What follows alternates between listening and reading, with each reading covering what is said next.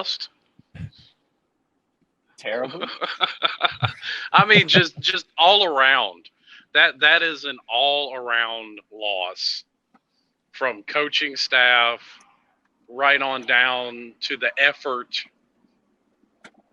of each and every player on the field. I think we had like 8-10 plays inside the 10-yard. No, it was 8 plays inside the 10-yard lines. How many touchdowns did we get, Slim? I want to ask you that question. How many touchdowns did we get? Well, let's see. Take one off because that was a kick return. There was a point where we had 8 plays inside the 10 and we had 0 touchdowns. There was a time where we had 8 plays inside the 10 and we had 0 touchdowns, something like that. Awful performance all around. You know, I'm bringing up the stats right now.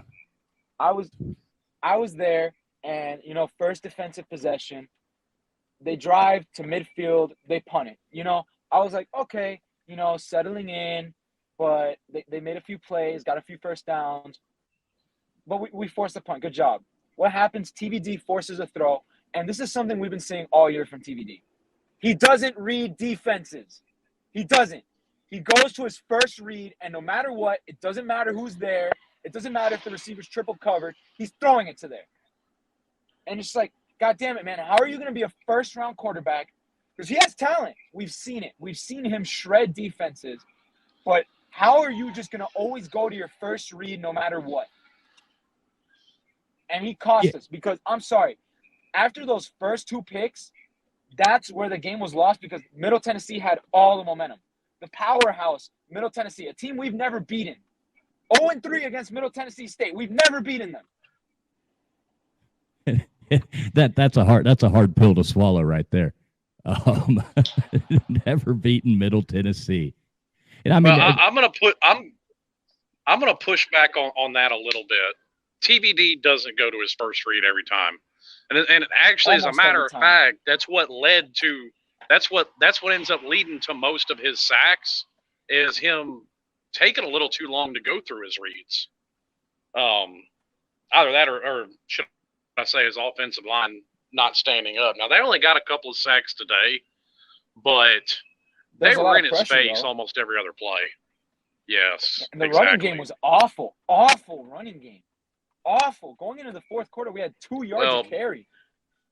Right, I'm looking at the stats right now. What? So we only got, out of 38 rushing attempts, we only came out with 60 yards of rushing, 1.6 yards average. So we let Middle Tennessee put up 507 yards on our defense, and we only put out 367 total yards. And look, I'll say this too. Their offensive line, there was points where they gave up pressure and gave up sacks, especially after Jake came in and that one defensive sequence where we got like back-to-back sacks. But there's a lot of times they held their own. Middle Tennessee State's offensive line did a way better job than the University of Miami. A team where you have a coach that was a former offensive lineman and his focus is on the offensive line and powering in the trenches. And they did better in the trenches than we did.